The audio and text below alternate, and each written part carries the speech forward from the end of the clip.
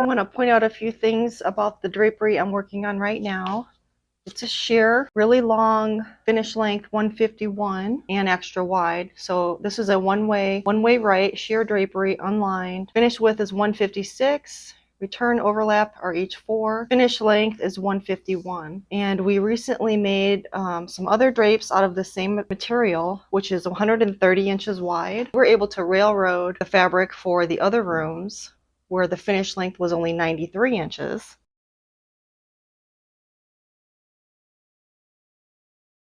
But in this case, with the finish length being longer than the width of the fabric, we cannot railroad it. So that means that the selvages are going to run perpendicular to the floor, and the header is running perpendicular to the selvage, like this. In the other rooms with this fabric, we were able to run the buckram parallel with the selvage, so that meant we railroaded the fabric, so the buckram would have been right here. But in this case, this is the header, this is the buckram running across the fabric, so it's not railroaded. And then the hem will be down at that end of the table. And beyond, or besides the fact that we cannot railroad this, the table is not long enough to table the drapery in one shot. We drew a line at 142 at the end of the table here, and that's where we're going to start the header. We're going to pin that down. We're going to come all the way down to the end where the 0 line is. This is my 0 line. And then I'm going to take a yellow upholstery thread and run a basting stitch all the way along this 0 line, which I can see through the fabric. So I'm going to do that at each width of fabric that I table, which is going to be about 6.5 widths. That's all of this fabric on the floor here. So I'm going to have to do this 6.5 times, and then this yellow thread line that will be left will be my marker to add another 9 inches. So once that's done, I'm going to turn, I have all this extra fabric, I'll turn the fabric this way along the table long ways, and I'll line up that yellow line on this dark line, which is a 10-inch increment from this other dark line. So it's easy to see this line through the fabric. I'll line up the yellow thread line, and then right here at this line, that's 9 inches away, that's where I will fold up my bottom hem, and then I can press that and then cut off the extra to 8 inches, double fold that, and that will be my bottom hem. And so by doing that long ways on the table this way, I'll only have to do that 3 times rather than the amount of times I have to table this long ways, which is 6.5 times. So my yellow line is going to help me a lot to get that extra 9 inches marked from here to 9 inches once I turn it. So I'll try to record these steps as I go. I just wanted to show you the setup before I got started, because I don't think it would be easy to explain without showing you how it looks before I start. And the first thing I'll do is cut off the selvage here and then turn a 3-inch side hem. And I'll use this line right here, 1, 2, 3. That'll be my side hem. Then I'll mark the yellow thread line over there. And then I'll put up a row of pins along that edge that will help me when I move this whole thing over. I'll line up that row of pins over on a line over here to make sure the whole piece of fabric stays square. And then I'll remove those once I get it over here. But then every time I am ready to move, I'll keep doing that. I'll put a new row of pins, line it up over here, take that row out, put a new one over there, pull it over, get it straight, put in my thread line, put in a new row of pins, move it over, take those pins out, put a thread line, new row of pins until I get to the other side of the fabric, and then do the other side hem. And the buckram's already in, pleats are already pinned, pleats and spaces are already pinned and marked. So once it's ready to go to the hemmer, I can hem it and then bring it back over here and fan fold it, and then it's ready to come to the walking foot for the pinch pleats, and then over to the tacker for the tacking. So here we go. That's the order of operations on this very large drapery. Wish me luck.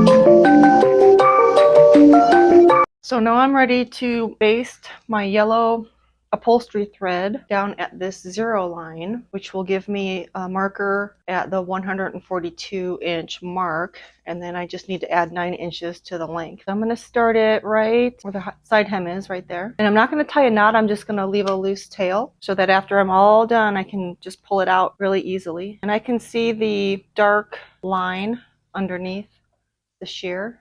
I could pin this line if I would rather not do this basting stitch, but the pins tend to fall out, especially when you're working with a large amount of fabric and I have to move it over 6.5 times. They would definitely, some of them would definitely fall out. I would lose my line, and then also you're at risk of damaging the fabric, because with the more pins you have in this much fabric, the more chances there are of snagging the shear, and don't want to snag the fabric. It's worth it to me to run this yellow line. It's really accurate this way.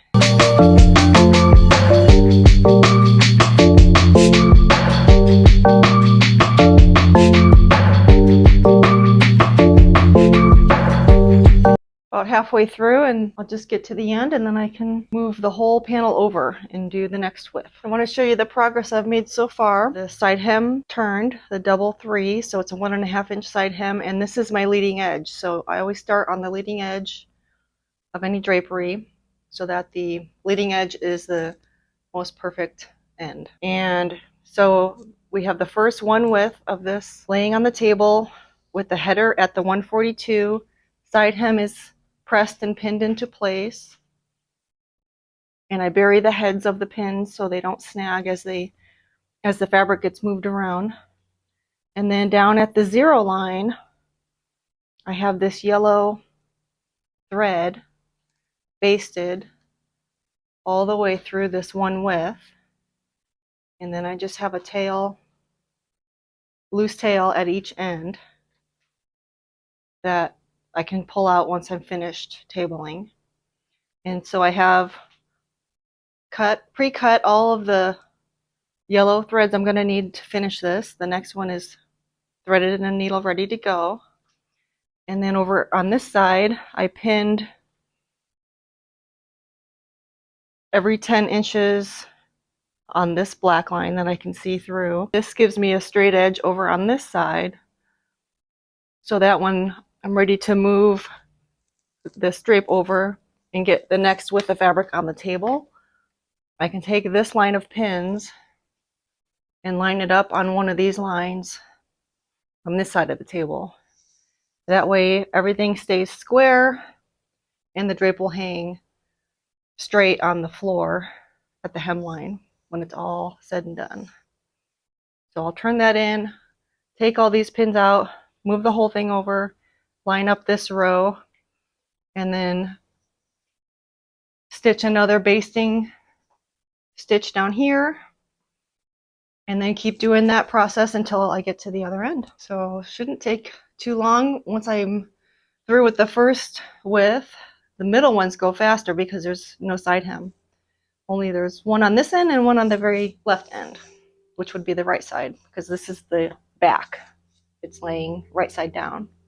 So it's a one-way right. This is my leading edge, and the return edge is on the other end. I've gotten this whole panel tabled from left to right with the side hems pressed and pinned into place.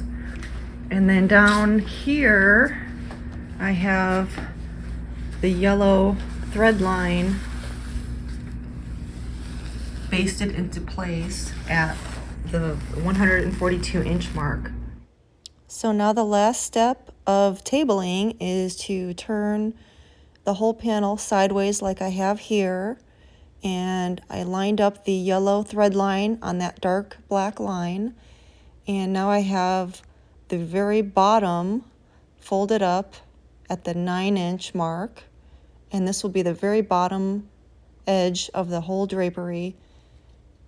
And now I'm pressing that line into place to lock it in, and then I'm going to mark my 8-inch hemline up from there and then cut off the extra.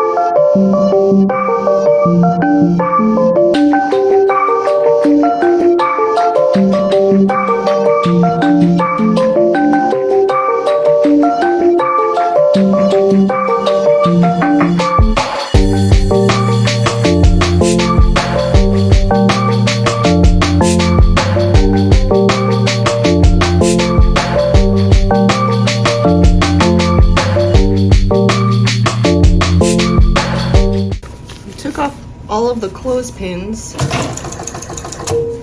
so they were not in my way. But these were pinned overnight with the clothespins, so they are pretty much trained to stay pleated and ready for the tack here at the tacker.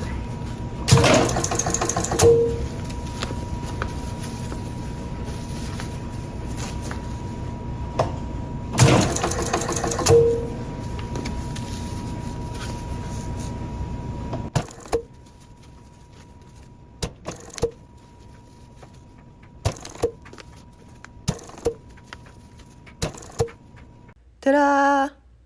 Finished. Ready to bag. Get ready for installation day. And here we are with the tall ladder on installation day, and they are so beautiful and very even at the floor line. It's such a relief to have a successful installation day after all the hard work. Thank you so much for watching. Hope you learned something, and please subscribe and like if you want to see more videos. And if you're enjoying these, let me know. That would be really nice to hear your comments, suggestions, and ring the bell if you want to be notified when there's a new video. Thank you again so much. Appreciate y'all.